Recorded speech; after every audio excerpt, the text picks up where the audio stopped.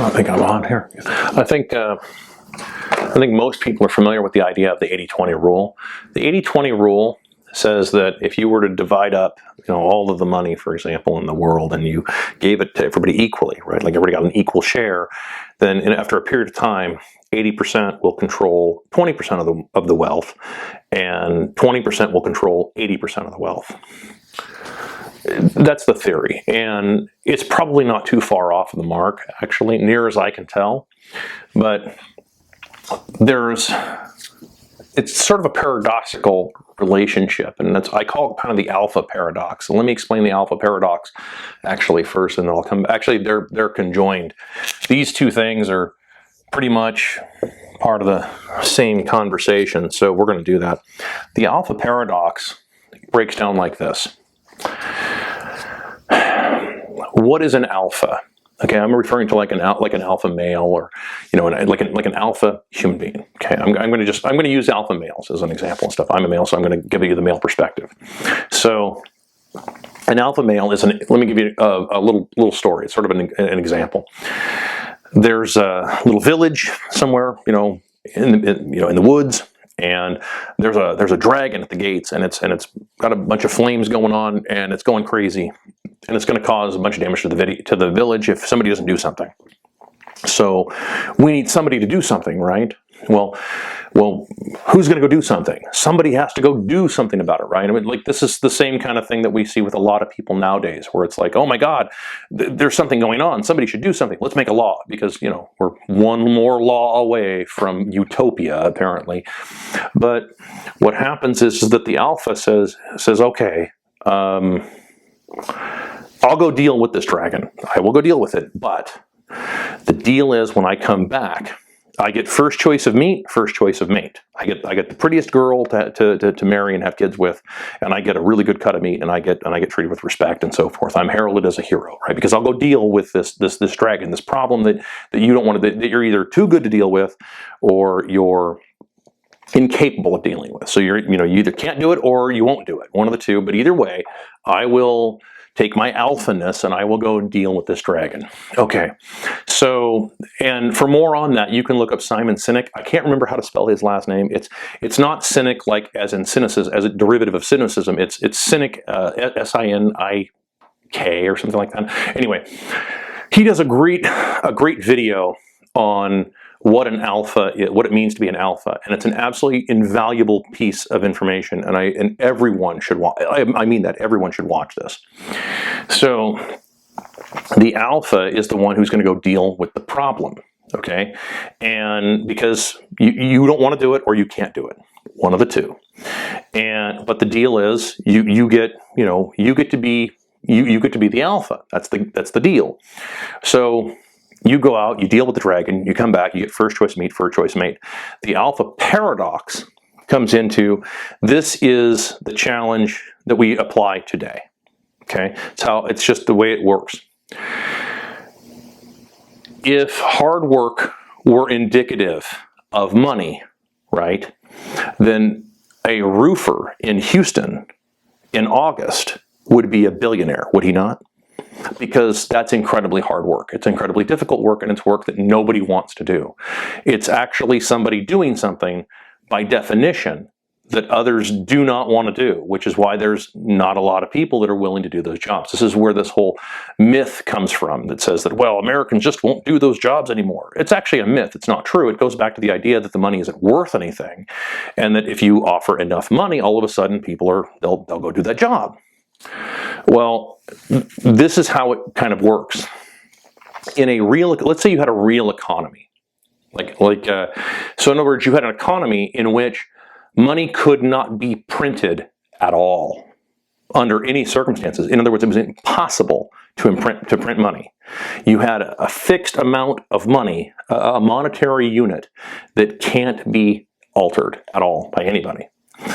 So now you have a bit of a paradox, because what's going to happen is that the people who do all of the work that you don't want to do or are too good to do, they're going to absorb 80% of the wealth every time, because that's how it works, because they're the ones who are going to go do all those jobs. So there's this myth that exists I'll come back to this in a second, but there's this myth that exists that, well, you should find something you love to do and then go do it. That's actually kind of a myth, because how would everybody do that? Remember, you can flood any market. So if everybody went and did what they wanted to do, well, then you'd have a bunch of people who want to go play professional baseball. Well, but not everybody can do that. That's why it's professional baseball. You have to be a professional to do it. Very few people have the athletic skill, the discipline, the drive to do that as a job, right? So everybody couldn't do that, even if they love doing it, right? But they'd have to do, so you have to find, there's this like, well, they could, what about other things they like to do? Well, what happens is that the people who get to do, it's sort of a luck thing almost, that you get to love something you genuinely love doing, but you get to make money doing it. That's actually rare. Most people, the reason there's an economy is because most people don't get to do that. They have to go somewhere that they don't want to go, do something they don't want to do. They got to do it with somebody they don't want to do it with. They got to do it for people they don't even like and are underappreciated for it. That's the majority of all life, right? They have to go and do stuff that other people don't want to do. The reason you would do that is for money. That's how an economy exists. It's because of that. It's the fundamental reason why trading, why there has to be trade, because someone has to say, okay, fine, I'll go do it, but I'm going to do it. I want this in return. I'm going to negotiate for. I'll go slay your dragon, but I get X amount in return, because then the reason I want that is because I'm going to take that money and I'm going to go and I'm going to use it for what I want to go do. I want to go, fly my plane, right? So, I have a Cessna. I want to go fly my Cessna. So, okay, well, if I'm going to go fly my Cessna, I need to actually make enough money, right, in order to pay for all of that, to pay for that type of fun activity that I want to do. And I'll do that, but I'm going to do it because I do something that I don't necessarily want to do and that you don't want to do, right? So, think about it this way. Let me think of a really good example. It's Monday morning. It's 5 o'clock in the morning. It's cold outside. You're like, oh my God, I got to wake up and go to work and everything. So you wake up, you go get showered, you go get in your truck, and you're going to take your truck, and you're going to go to someone's house, and you're going to move next to the backyard and stuff, and you're going to take the hose out and everything. You're going to pull the cap off their septic system, put the hose down on the septic system, and and you're going to turn your vacuum on and stuff and siphon out all of their shit. Not exactly the highlight of your day, right? And then there's something maybe wrong in the septic tank, so you're going to get the ladder and you're going to climb down in there and figure out what the problem is. Most people would say, I don't want to do that job. That's one of those micro dirty jobs things. I don't want to do that. Exactly. This is the alpha paradox. Only 20% will do that, approximately. Most people will not want to do those really, taxing types of unpopular, fairly dirty, and uninspiring kinds of work. They do it so that they get paid money. Now, in a real economy, that means that money, 80% is going to go to that 20% naturally. And especially because now the money can't be diluted through fiat currency. It can't be printed to worthlessness. This is why you're seeing people do these really, really horrible jobs. You see these jobs, and you're like, well, why are they doing these really terrible jobs? And they're not being paid enough money. Oh my God. This is where the left comes in. The left does this. They're like, oh my God, we need social justice. Like, no, you don't really need social justice. You need a real economy. In a real economy, justice kind of finds its own, water finds its level, man. In a real economy, that's what'll end up happening. The people who do all those crappy jobs that you can't fathom, you're like, oh my God, I could never do that job. The people who will do that, they'll do that, but then they'll be compensated appropriately. And then when that compensation is appropriate, those people will be able to do the stuff that they want to do. They'll go do the fun stuff. So you understand kind of how this works? Not everybody can do the fun stuff. Of course we want to do the fun stuff. It's not hard to find somebody who wants to do the fun stuff. That's easy. It's hard to find people who want to do the hard stuff that nobody else wants to do. And they're like, oh man, this is just drudgery. I don't want to deal with this. That's how that works. So it's sort of the paradox that exists within that. So again, so we go back to our dragon. So the guy goes out, he deals with the dragon, he comes back, and he's like, okay, well, hey, I mean, this is, I want to be able, now I'm the alpha, right? This is how it works in real life, except that the people that are like, well, then how come they're not rich? Well, again, it's because their money is being deteriorated. The spending power gets deteriorated rapidly by flooding the market, and then so what happens is the people that are doing all the work, all the jobs that nobody else wants to do. So this is everybody who does all those like the jobs that everybody or that many of you who have attended these universities, you kind of look down upon and go, I don't want to do that. That's why I want to go to the university. Like, well, once again, it's like you can all go to the university, but there's only so many jobs that'll absorb, right? Someone's going to have to do all those other jobs. Someone has to do that. Sooner or later, you can code all you want, but sooner or later, someone has to go take the product, put it in the box, put the packing peanuts in it, put the tape on it and everything, and then put it on the truck, and then someone has to drive the truck, and then someone has to go and deliver it and all. Like, someone has to make the product that you're selling, right? I mean, you can develop the greatest website in the world, but someone has to eventually, somewhere in the chain, somebody has to do something. It's all those people that are doing all of that. Those are the very people, actually, that would hoover up all of the wealth. This, by the way, is, for those of you who don't know, if you haven't figured this out, that's what the uber elites, the so-called oligarchs, and everything, they're terrified of that happening. For real. They're absolutely horrified that that will happen. Because all of a sudden, you can't just do slavery anymore. You can't do that. You can't call it that. You have to call it something else. You have to come up with a bunch of clever euphemisms. And since we're running out of euphemisms, because words are becoming meaningless nowadays. Well, so what's happening is that you have to actually send people, you have to figure out a way to make them think that their money is worth something, but it's constantly devaluing. And that's what's happening. So you're seeing that, like, oh my gosh, they're not making any money and stuff. They're blue collar, they're not making any money and everything. I'm like, yeah, even though they're actually doing all of the work that keeps civilization alive. Here's how you know if you're actually, part of, if you're part of keeping civilization alive. I'll give you the Cliff Note version. During the whole 2 weeks to con everybody that was going on, back in 2020. During that time, did you still have to show up, like physically show up at a job somewhere, okay, where you had to show up and it was required that you be there regardless of what was going on out here in the world? If you did, you are likely in that 20%. You are likely the people that are actually genuine, bare bones. You are the necessity to keeping everything alive. It sounds weird to say it that way, but it really is that way. That's where the term essential worker comes from. It's because it's like, dude, you're actually essential. You have to show up. If the guy who flips burgers at McBurgertown doesn't show up for work, right, then McBurgertown doesn't open. Right? If all those people just say, hey, we're not here anymore, well, then all of a sudden the cash flow, the revenue stream stops. It goes to zero. It just collapses at that one location. What happens if it happens everywhere else? Well, then it collapses for the whole company. That's how it works.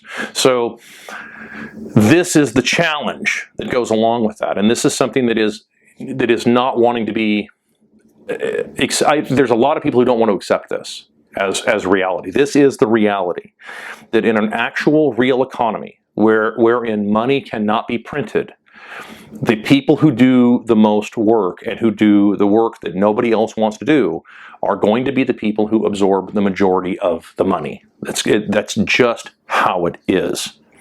And that's a tough thing for some people, because they have to then look at their life, kind of, they have an existential crisis, and they go, well, hold on. I mean, like, you're saying that my job and as the assistant to the assistant to the assistant to the assistant to the assistant to the HR department, doing Zoom meetings all day isn't worthless, or isn't worth anything, and that me doing like diversity seminars and all this, like, no, that's exactly what I'm telling you.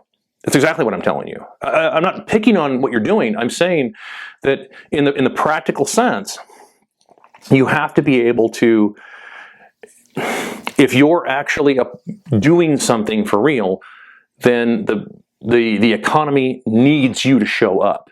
Like all the truck drivers, for example, have to show up. Like they don't get the option of just saying, screw it, I'm just not going to do anything anymore. They did it in the 70s. Look what happened. I mean, in the 70s, they shut the whole freaking country down. And that was just the independents, to say nothing of the company drivers. I mean, if every, for example, the whole industry knows this. Anybody in the trucking industry, logistics industry, they'll all tell you.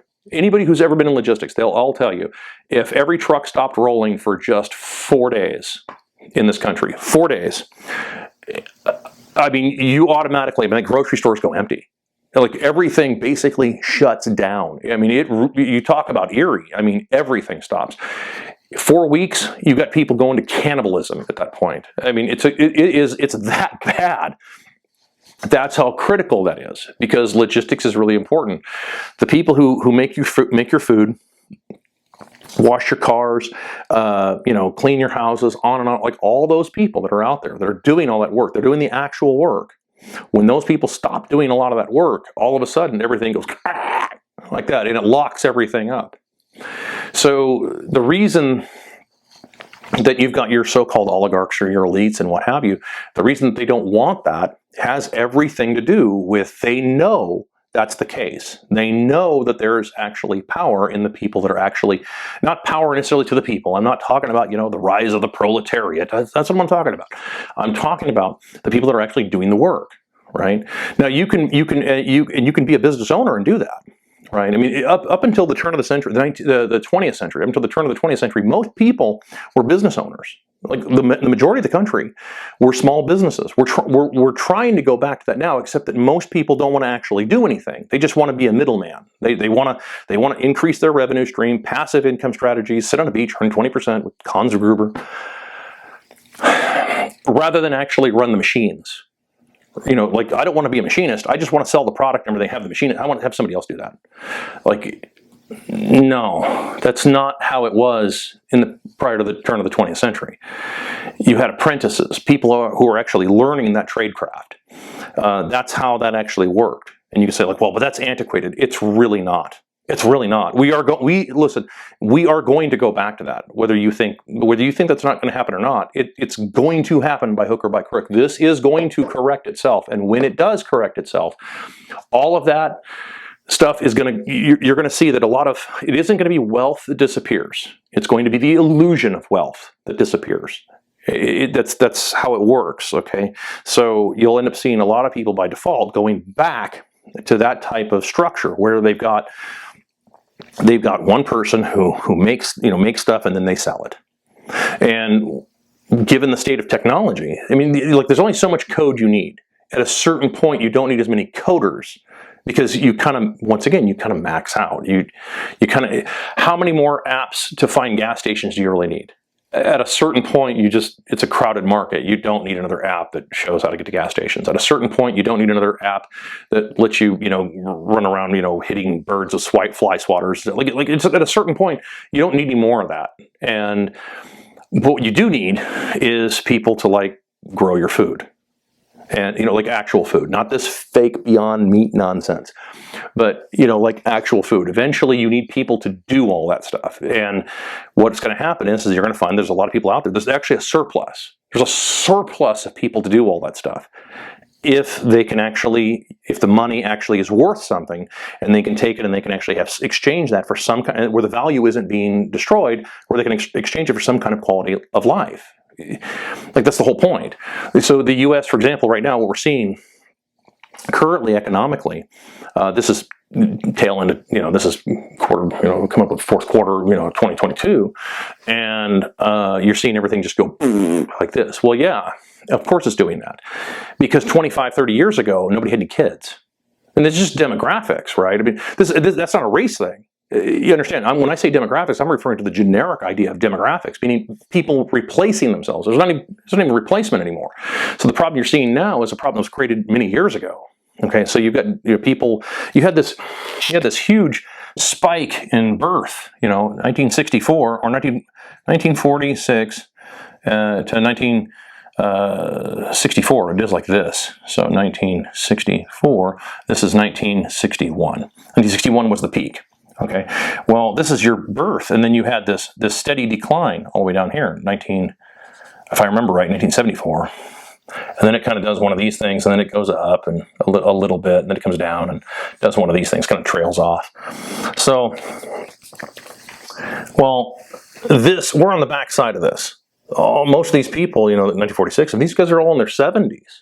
They're all starting to die off and everything. I'm not. It's sad, yes, of course it is. Nobody likes to see civilizations die off, but it's just a fact of life. And since we're on the backside of this, you're going to see there wasn't any other birth rate that took over in like the 90s, 80s, and 90s to support a lot of the economy that you're seeing right now. So a lot of the economy that you're seeing kind of do this sort of implosion. Well, yeah, it's because there isn't a bunch of kids. Nobody had a bunch of kids. If every girl of childbearing age or woman of childbearing age between say 1985 and 2005 all had 2 to 3 kids, well then you'd talk about it. We'd have a big economy. It'd be no problem to have a big economy going, because in order to grow an economy, you have to add people. That's the only way you do it, by the way. I mean, we can expand the pie. Like, the only way you expand the pie is to add people. That's it. Like, why do you think they threw open the borders in the contested zone between Mexico and Canada? The contested zone, formerly known as the United States, right? Why do you think they did that? They throw open the borders and flood a bunch of people in here. So I'm not even making moral judgment as to whether it's good or bad. I'm pointing out that if you're doing that just because you're trying to get more people in to keep the economy alive. You're trying to keep it on life support, as opposed to letting it bust, which is exactly what it should do, technically. Actually, that would be actually very healthy. I've said this for a long time. If you have this, right, sort of like an EKG thing going on here. So, you've got boom, bust, boom, bust, boom, bust, boom, bust. It's got kind of a beat. You can dance to it kind of thing. Yeah, this is because that's a sign of the patient is alive. The heart is beating, right? Booms and busts are actually perfectly normal. That whole idea that Keynes came up with was a terrible idea, because the idea is that you'd have a flat line. Like, you don't want a flat line. You want to have a boom and a bust. That's also how you drive progress forward, believe it or not. I mean, it sounds strange, counterintuitive, but it's how it works.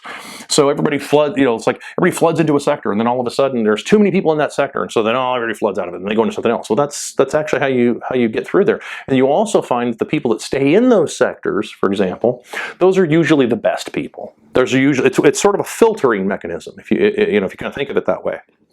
The people that stay doctors, right? When you flood medicine with a whole bunch of quackery, that we're seeing a lot of it right now, when there's a bust, and there's supposed to be a bust, when that bust happens, the people that survive it are usually the best. And that's how you filter out a lot of the other ones. And then those people go into other sectors. And it doesn't mean, it's sort of like one of those coin things where you put the coins in and you shake it around, and the different size holes, and the coins all kind of, they fall in different levels and everything, because the holes, you know how that works anyway. It's sort of like that. It doesn't mean that this person is any less necessary, by the way. Just make sure you understand.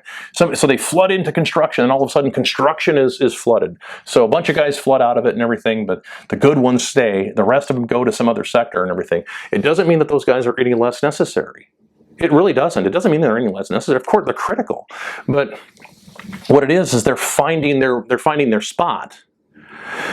But if you have a real economy, what happens is that the money that they're paid isn't being eroded. So that means that it's okay to start over. It's okay to try and fail. You have to do that. It's required. I mean, you think I haven't failed? I've failed way more. I can't even remember how many times I failed. It's so many.